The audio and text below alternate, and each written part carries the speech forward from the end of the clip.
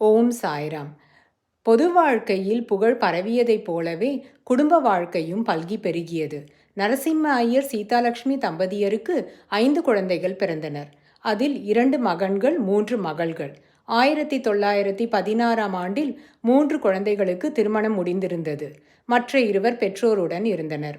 சேலத்தில் பிரபலமான வாழ்க்கை, வேலை பளுவுள்ள வழக்கறிஞர் தொழில், இவற்றிற்கு இடையில் தினந்தோறும் அவர் துளசி பூஜை செய்வது, 3 வேளை சந்தியாவந்தனம் செய்வது, சஹஸ்ரநாம பாராயணமும் மற்றும் அவ்வப்பொழுது காளஹஸ்திக்கு அருகிலிருந்த சொரக்காய் சுவாமிஜியை சந்திப்பது, ஸ்ருங்கேரி சங்கராச்சாரியாரை சந்திப்பது மற்றும் சனிக்கிழமைகளில் அவர் வீட்டிற்கு அருகிலிருந்த லக்ஷ்மி நாராயணன் கோவிலுக்கு சென்று தானே இயற்றிய பிருந்தாவன கீர்த்தனைகளை பஜனை செய்தார்.